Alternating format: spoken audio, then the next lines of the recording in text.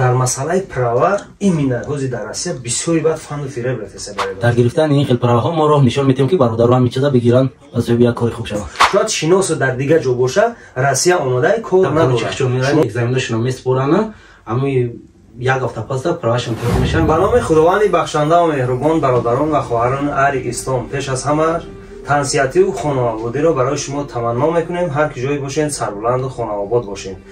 ва алҳамдулиллоҳ мо дар ҷои кор ҳастем. ҳар он нафаре ки дукони мо мебиёяд бо як сабабе мебиёяд, алҳамдулиллоҳ баъзе ҳиҷома мекунанд, баъзеҳо меоянд масалан мегӯянд мо дар фалон корҳо ҳастем, мехоҳем ки бародарои худмонро ёрдам мекунем. аз ҷумла имрӯз ин бародаре ки мебинед алҳамдулиллоҳ як мутахассиси як соҳа мебошад, ҳоле дар рафти барнома шумо алҳамдулиллоҳ мебинед.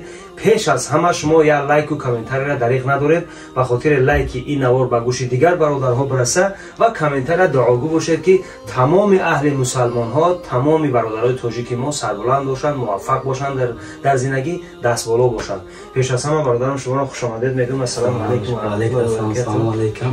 пеш аз ҳама хуш омадед ба дукони хобзадаи мо ва баъдан худатонро як муаррифӣ мекардем ва дар кадом соҳа кор фаъолият мекунем ва иншааллоҳ ки саволоро дар рафти навор бо гуфтан мегирем.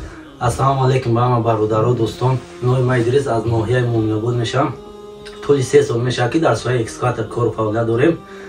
Ҳамин мо омадем ба ин мақсад ки ҳаминҷа бародарое ки доранд имконият хоҳиш доранд, не ки ҳамин возможност надоранд ки ҳамин правара бигиранд. ҳаста одамое ки мақсад хитон мерен мактабда правара чӣ мекунем, хитон месупорем документотона месупорем, хитон экзамен мерем пулиша да ҳамҷа месупорем. як ҳафта пас права тайёр мекунанд, оригинал бе ягон фанду фиреб мегиранд метиҳанд то. Ана шумо иҷа дар масъалаи права именно ҳози дар Россия бисёри бад фанду фиреб рафеса баредаҷон. Ман ба чӣ хотир шуморо рӯи экран гуфтум бироем? Ба хотире ки ин ҳамин бародаро дидестиян, рақамҳои телефони шуморо мегузорем.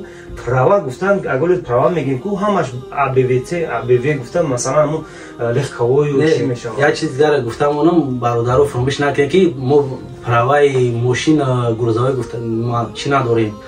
мо дар удастворени тракторист машинист мо ёрдам метиҳем. тока дар соҳаи экскаватор спецтехника мо ёрдам метиҳем. легковой грузовой идавай вообще мо мақсад саркор надорем. ҳамирам шумо худтон тайёр намекунед. масалан шумо фақат роҳбаладӣ мекунед ки бародар инам аст. мо танҳо роҳбаладӣ мекунем. акай зоира хел тули вай 4-5 сол мешавад дар ин соҳа кор фаъолият мекунад. аммо бародаро мо просто тавсия метиҳем, роҳбаладӣ мекунем, ба мактаб карочи хишон мераванд, экзаменашонро месупоранд, аммо як ҳафта паста правашон тайёр мешавад, мегиранд ё ки пошақати ё ки ба даст ҳамкат равоншон метинанд. аз ин гуфта мешавад ки шумо вақте ки нишон метиҳед уно меранд дар ҳамун мактаб мехонанд ё ки нахонда мекунанд? Не, вай просто документошона дар ин мактаб мепартоянд, просто номнависшон мекунанд ва мисли ки ҳамунҷа номшон рафтеса ва рӯзи экзаменшон маълум мешавад ва ё чӣ мекунанд? файрод мекунанд, приглашен мекунанд барои рӯзи экзамен. экзамен ҳатман рафтан дар кора, ҳамин масъалаи экзаменида ва ё ёрдам метиҳанд. он саволои чизе ки ҳаст ва ё худшон ёрдам метиҳанд, бепул ягон пул намегиранд. ҳамин ёрдам ки додан, ҳамун права ки супорди бо даже экзамен месупори госпомощта пулиша месупори баъд як ҳафта ҳамин рӯзи экзамен правата тайёр мекунанд, равон мекунанд. ина ма фикр мекунам ки мардуми оддӣ ҳамаш наметавонанд, фақат ҳамун шахсиятҳое ки мутахассиси ҳамин корҳо ҳастанд ҳамон метавонанд. бале ҳамин бародарое ҳастанд ки дар ҳамин соҳа кор кардаганд дар Тоҷикистон, экскаватористи дар Тоҷикистон кор кардаганд, иҷа наметавонанд ки мисол ҳамун сертификата надоранд. шумо ҳамода фақат ёрдам мекунед. бале не толка экскаватор ҳастай, погрузчик ҳастай, мехлопат ҳастай, бабкет ҳастай, ҳамин соҳаи спецтехникаро крандои башни ҳастай, ҳама меода. агар одамое ки мақсад опи доранд ва ё метавонанд ва ё мақсад агар метавонанд муроҷиат кунанд, мо роҳбаладишон мекунем, меранд ҳамин чиза мегиранд. беҳтарин. ина бародаро ки гӯш кинед ки дар ҳар як квартира алҳамдулиллоҳ 3-4 нафар ҳастем. хуш ба ҳолтон. шояд баъзеҳо бошад ки кранист бошад, крановчик, экскаваторчик, яъне ки мехлопат хеле ки бародарам гуфт, шояд шиносо дар дига ҷо боша, Россия омодаи кор надорад. шумо метавонед ки баъзу ин навора дар ҳамун нафарҳо роӣ кунед.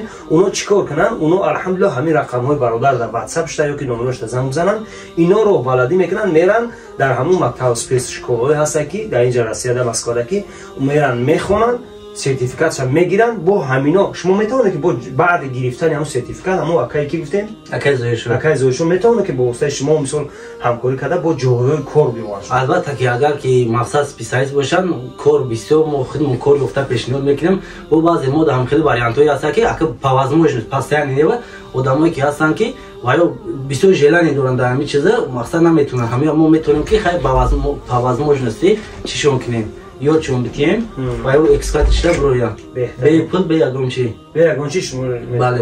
بله حالا صحبت داشتیم اینجا یک برادر دیگه هم گفت که ما در این رسیه آمدیم اگر دست یکدیگریمون خودمون نگیریم اگر هیچ کم پروی ما نداره با این خاطر که الحمدلله تاجیکی مسلمانی دست یک برادر تا بگی اگر با پولی نمیتوانی لااقل با سخن اگر با سخن هم نمیتونی لااقل با اون ویدیو مثلا رویش میکنی و گوش میکنه این سخن هایی که این مثلا شاید او 3-4 ماه اومده کار نه یگون روزشکی کرده شاید یک کار دیگه در یگون بازار کار کرده اما اختصاصی همه چیز او داره لیکن سرتیفیکات شاید که همون وای شاید پروش نداره. انا الحمدلله فرصت قرار رسید دست همدیگه در هر جایی باشین الحمدلله بگیرین. هر یک توجیکی که من دور بارها میگم اگر که الحمدلله پیشروی بکنه این پیشروی ما هست. با چی خاطر؟ با خاطری که اگر پیشروی کی کرد یک برادرش یک همسایه‌اش یک رفیقش یک همدیه‌اش یک تاجیکستانی را الحمدلله دستش میگیره. خوش به حالتون. این برادر ما الحمدلله رقمکاش میگذارم. خوش آمدین بار دیگه نور دیده تاجی سر فقط درف ما دارنگو باشین. خوش آمدین بار دیگه بر دکان ما. خیلی که ما در واقع گفتم برادرم وقتی که برادر اومدن گفتن که هم خیلی اجازت هست که سیونکا کنیم نوار کنیم من گفتم البته هست هر یک چیز در قانون و قاعده خودش در چارچوبه خودش میشه. من گفتم برادر جان پیش از همه من شما را روی نوار میبرم همین را گفتم به خاطر که این خودش معرفی کرد که از کجا مثلا از کدام شهر نویای وطن هست. الحمدلله نام و نسبش هم گفت رقم تلفنش یگان فند و فریب نیست. اگر هر چقدر که فند و فریب شود الحمدلله انسان اگر فند و فریب کنه پیش از همه روی اکران نمیگوید و نام فامیلیش او دهش نمیگوید و رقم تلفنش هم الحمدلله هست. هر نفر که همین متخصص همون صحبت باشن اگر الحمدلله مراجعت کنن برادرمون الحمدلله در خدمت هستن.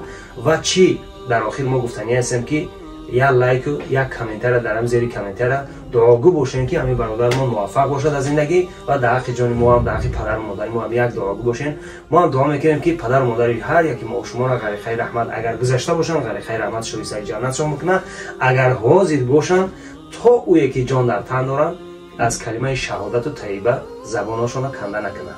و آخر دعوا خدا نگهبانتون باشه. باقی در امان خدا. السلام علیکم و رحمت الله. السلام علیکم و رحمت الله. خوش آمدید. خوش باشی برادر. سلام علیکم.